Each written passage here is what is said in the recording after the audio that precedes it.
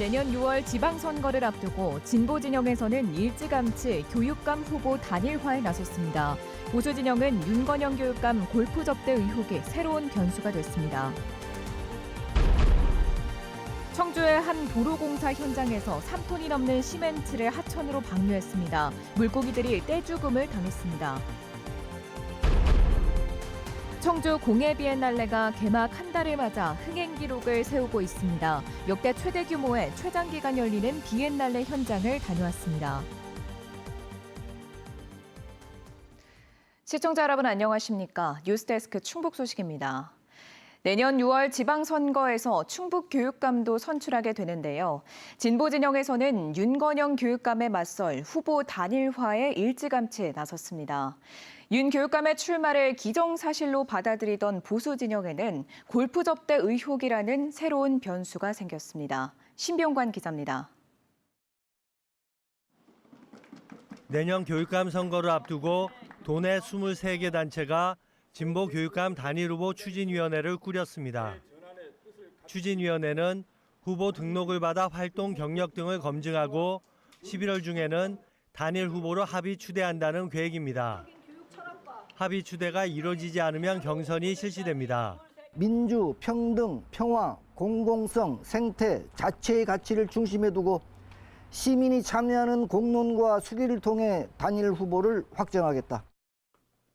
현재 진보 진영에서는 김성근 전 충북교육청 부교육감과 조동욱 전 충북도립대 교수가 출마 결심을 굳힌 것으로 확인됐습니다.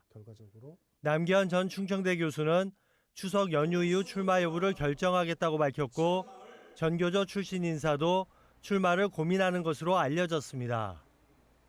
윤건영 충북교육감과 대칭점에 있는 진보 진영에 후보군이 몰려있는 반면 보수 진영에서는 그동안 이렇다 할 후보군이 감지되지 않았습니다. 다만 윤 교육감이 골프 접대 의혹에 휩싸이며 새로운 변수로 작용할 가능성을 배제할 수 없게 됐습니다. 지난 선거에서 윤 교육감과 단일화했던 김진균 청주시 체육회장은 최근 진보 진영으로 보폭을 넓히며 윤 교육감의 각을 세우고 있습니다.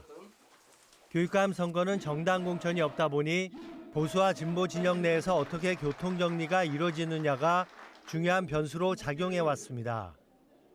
진보 진영에서 일찌감치 단일화가 추진되며 교육감 선거도 진보 진영을 중심으로 구도를 갖춰가고 있습니다. MBC 뉴스 신병관입니다. 윤건영 교육감 골프 접대 의혹과 관련해 충북 시민단체들이 검찰의 신속하고 엄정한 수사를 촉구했습니다. 충북교육연대는 윤 교육감이 정모비서 차량을 이용해 수행받은 사실이 드러났다면서 청주지검의 신속한 수사를 촉구했습니다. 충북참여자치시민연대도 윤 교육감 비리 의혹이 교육행정 전반에 대한 불신을 초래했다며 검찰 수사를 통한 진상규명을 촉구했습니다. 앞서 더불어민주당 박진희 충북도 의원은 윤 교육감이 지난 5월 11일 윤현우 체육회장에게 골프 접대를 받았다는 의혹을 제기했고 윤 교육감과 윤 회장은 사적인 모임이었을 뿐 접대는 없었다고 해명했습니다. 지난 2022년에 기증받은 조경수 일부와 조경석이 사라져 특정감사를 벌인 영동군이 공무원 8명을 징계하기로 했습니다. 정영철 영동군수는 오늘 기자회견을 열고 기증받은 조경수 48그루 중 13그루는 죽은 흔적을 찾았지만 10그루는 행방 확인이 안 된다고 밝혔습니다. 또 함께 기증받은 조경석이 사라졌다면서 조경수와 조경석을 찾기 위해 지난 5일 경찰에 수사 의뢰했다고 밝혔습니다. 정 군수는 기증재산의 취득과 관리 절차를 제대로 지키지 않은 점을 사과하며 규정을 어긴 공무원 8명을 징계하고 재발을 막기 위한 매뉴얼을 마련하겠다고 밝혔습니다. 청주시가 발주한 도로공사 현장에서 3톤이 넘는 시멘트가 하천으로 흘러들었습니다. 하천 물고기들이 떼죽음을 당했고 방제 작업은 여전히 끝나지 않았는데요. 어떻게 된 일인지 김주혜 기자가 현장에 다녀왔습니다. 청주 시내를 가로지르는 영운천이 갈색 거품으로 뒤덮였습니다. 하천변 숲을 사이사이를 빼곡하게 메웠습니다. 하천에 거품이 떠다닌다는 신고를 받고 나온 공무원들이 삽으로 거품을 걷어내보지만 소용없습니다. 도로공사 현장에서 시멘트가 하천 1.4km 구간에 걸쳐 흘러든 겁니다. 물고기들은 떼죽음을 당했습니다. 상류에서 흘러나온 시멘트가 지나간 하천입니다. 영운천에 살던 물고기들이 죽어서 강 바닥에 깔려 있습니다. 도로공사 현장에서 시공사가 하천으로 흐르는 하수관로에 시멘트를 부은 것으로 확인됐습니다. 도로를 넓히면서 새 관로를 만들기 위해 기존 관로를 시멘트로 메우려던 건데 이 하수도가 하천으로 향하는 줄도 모르고 시멘트를 부은 겁니다. 시멘트 양은 3.3톤에 달했습니다. 시공사 측은 하천으로 흐를 줄은 전혀 몰랐다고 해명합니다.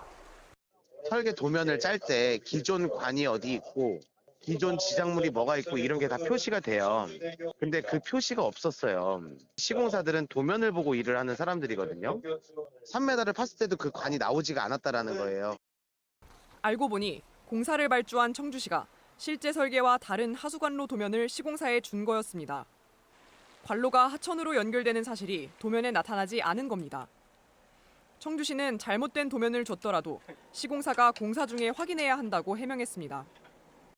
우리 도면이 그렇게 설계가 돼 있다고 해도 관로 같은 경우에는 어떻게 연결돼 있을지 모를 관이 있기 때문에 그런 관들을 현장 조사로 파악을 해야 되는 게 이제 시공사의 의무거든요. 청주시는 충북보건환경연구원에 시멘트 성분 검사를 비롯해 하천 수질 검사를 의뢰했고 심각한 오염이 확인되면 시공사를 고발 조치할 것이라고 밝혔습니다. MBC 뉴스 김주혜입니다. 진천 축제장에서 발생한 집단 식중독 사태와 관련해 증상을 호소하는 환자가 계속 늘고 있습니다. 진천군에 따르면 오늘 오후 기준 설사와 구토 등 식중독 의심 증상을 보인 환자는 모두 218명으로 하루 만에 48명 증가했습니다. 입원 치료를 받은 환자는 45명으로 늘었고 이 중 10명은 상태가 호전돼 퇴원했습니다. 지난 25일 생거진천 문화축제 현장에서 식사를 한 주민들이 식중독 증상을 보였고 당시 식사 350인분이 모두 소진돼 의심 환자가 더 늘 가능성도 있습니다. 이달 초 개막한 청주 공예 비엔날레가 전에 없는 흥행 기록을 세우면서 시민들의 발걸음을 이끌고 있습니다. 역대 최대 규모의 전시와 다양한 프로그램으로 공예에 더 가까이 다가갈 수 있도록 꾸려졌는데요. 오는 긴 추석 연휴에는 더 다양한 프로그램으로 관람객을 맞이할 예정입니다. 전효정 기자의 보도입니다. 안 입는 청바지가 족기며 한복으로 변했습니다. 디자인한 학생들이 직접 입고 패션쇼에 나섰습니다. 옷감을 재질로 한 짓기도 크게 보면 공예라는 뜻으로 공예 비엔날레 무대에 올랐습니다. 공예라는 고정관념의 경계를 허무는 재치 있는 퍼포먼스입니다. 제가 카라 있는 옷을 좋아해가지고 여기다가 카라를 추가했고요. 주머니가 아닌 것들과 주머니를 섞어서 만들었습니다. 유명 패션 유튜버 밀라논나도 공예를 바탕으로 발전한 패션이 일상에 어떤 영향을 미치는지 관객과 소통합니다. 깨지면 버려지던 조각들도 공예가 됐습니다. 버려진 도자기와 접시, 컵 등의 파편들을 하나씩 쌓아 개성이 담긴 작품으로 만들어냅니다. 도자와 섬유 등 공예 분야의 전 세계 작가들과 색다른 공예도 경험할 수 있습니다. 지난 4일 개막한 제14회 청주 공예 비엔날레입니다. 올해는 세상 짓기를 주제로 수공예품 전시를 넘어 인간과 자연, 사회를 연결하는 삶의 철학을 제시합니다. 72개국 1,300여 명의 작가가 참여한 역대 최대 규모로 60일 최장 기간 동안 본전시부터 특별전, 연계전시까지 23개 전시가 열립니다. 특히 올해는 공예의 경계를 허물고 대중화하기 위해 공예 마켓과 손맛보기 체험 등이 이전보다 다양해지고 강화됐습니다. 이번 전시에서는 실제로 그 전문 공예가가 아니어도 우리 시민들은 어떻게 공예를 향유할 수 있고 내가 직접 제작의 기쁨을 누릴 수 있을까 그런 거에도 좀 초점을 맞췄습니다. 관람객 10만 명은 개막 18일 만에 달성해 지난해 차보다 닷새 앞당겼고 현재는 15만 4천 명이 방문해 직전 같은 기간보다 15% 이상 많습니다. 화려한 작품이 눈에 들어와서 처음부터 들어오는 순간부터 굉장히 좋은 작가들이 많이 초대받았구나 하는 생각이 들었습니다. 다가오는 추석 연휴엔 더 풍성한 프로그램으로 관람객을 맞이합니다. 전통과 현대를 뛰어넘는 음악 공연부터 패션계의 거장 이상봉 디자이너의 토크쇼까지 날마다 다른 체험 행사를 즐길 수 있습니다. 긴 추석 연휴 기간 중에는 저희 주제가 세상 짓기이기 때문에 그 세상 짓기에 맞는 밥 짓기, 글 짓기, 노래 짓기, 집 짓기 각 우리 문화의 다양한 장르를 테마별로 2025 청주 공예 비엔날레는 오는 11월 2일까지 문화재조창 일원에서 열립니다. MBC 뉴스 전유정입니다. 네, 중반부에 들어선 청주 공예 비엔날레는 규모와 흥행에서 새 기록을 쓰고 있다고 하는데요. 올해 비엔날레를 기획한 이범석 청주시장 모시고 얘기 나눠보겠습니다. 어서 오십시오. 네, 반갑습니다. 청주 공예 비엔날레 흥행이 좋은 의미로 이전과 좀 다르다라는 이야기를 들었습니다. 현재 또 얼마나 흥행을 하고 있는지, 이런 흥행을 얻을 수 있었던 비결은 무엇인지 궁금한데요. 네, 2025 청주 공예 비엔날레가 지난 9월 4일 날 개막을 했는데 그동안 많은 시민 여러분과 내 외국인들이 찾아주시고 계십니다. 네. 벌써 지난번 공예 비엔날레와 비교해 보면 10만 관객 돌파가 5일 더 빠르게 달성을 했고요. 현재까지 벌써 15만 3천 명이 넘을 정도로 많은 관람객들이 찾고 있습니다. 네. 올해 공예 비엔날레는 그 어느 비엔날레보다 최대 규모로 추진을 하고 있습니다. 네. 72개국의 1,300여 명의 작가분들이 참여해 주시고 23개의 전시가 동시에 진행이 되고 있습니다. 현재까지 관람하신 많은 분들의 평가가 그 어느 때보다도 수준 높은 작품 그리고 전시 기획이 이루어졌다고 높은 평가를 해주시고 계십니다. 네. 이번 2025 청주 공예 비엔날레가 역대 최대 규모의 관람객을 기록할 수 있으리라고 믿습니다. 네, 그렇군요.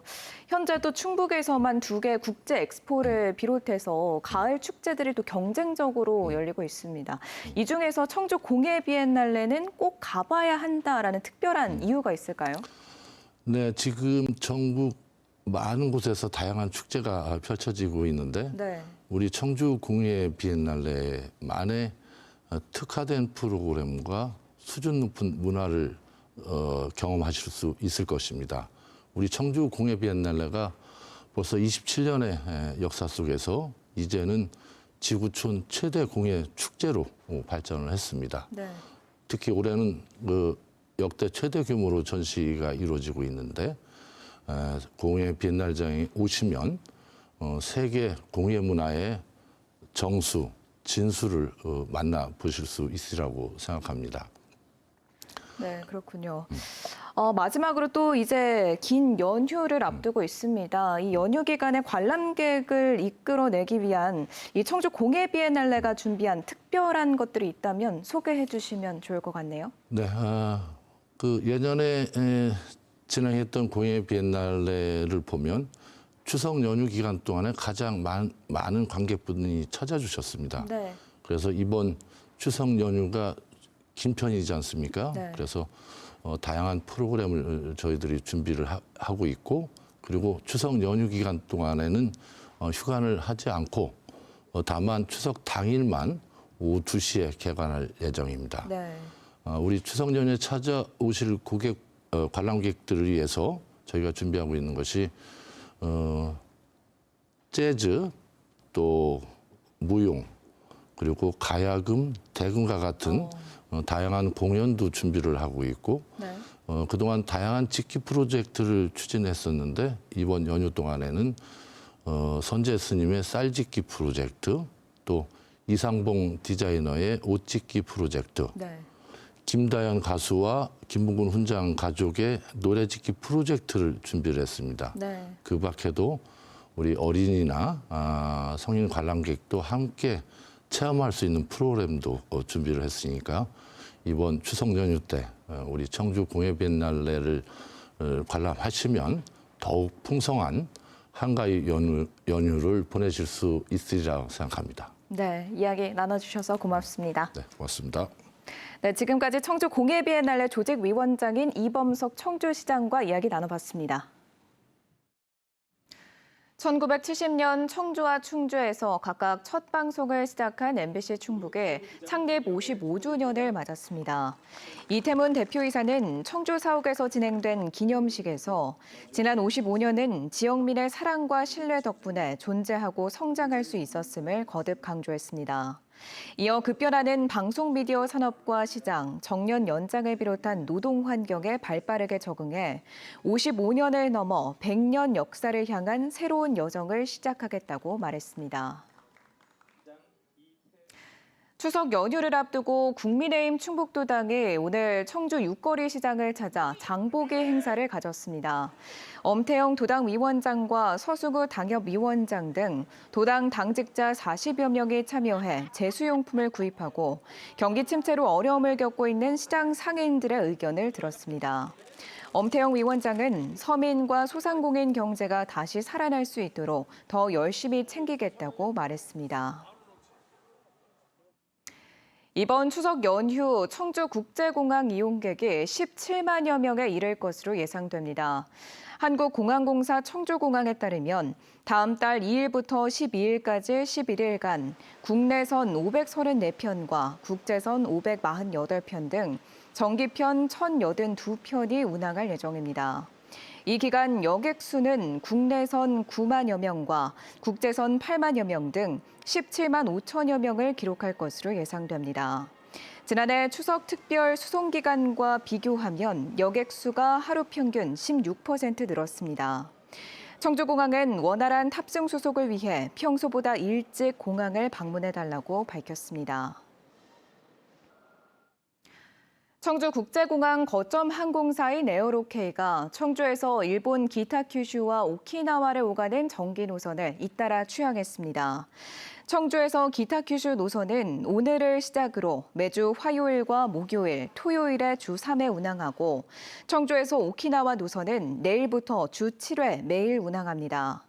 기타 큐슈는 인천공항을 제외한 지방공항 가운데 청주공항에만, 오키나와는 청주와 김해공항에만 취항하는 노선입니다. 동료 공무원을 강제추행에 해임된 공무원이 처분을 취소해달라고 행정소송을 냈다 패소했습니다. 청주지방법원 행정 1부는 전 옥천군 공무원이 옥천군수를 상대로 낸 해임 처분 취소 소송에서 원고 패소 판결을 내렸습니다. 이 공무원은 지난 2022년 국토교통부 주관 워크숍에서 다른 지역 공무원을 강제로 추행했다 벌금 500만 원을 받아 해임 처분됐습니다. 하지만 피해자의 선처로 항소심에서 벌금 90만 원으로 감형되자 해임 처분을 취소해달라고 소송을 냈습니다. 재판부는 해임 처분을 통해 얻게 되는 공익이 더 크다며 선고 이유를 밝혔습니다.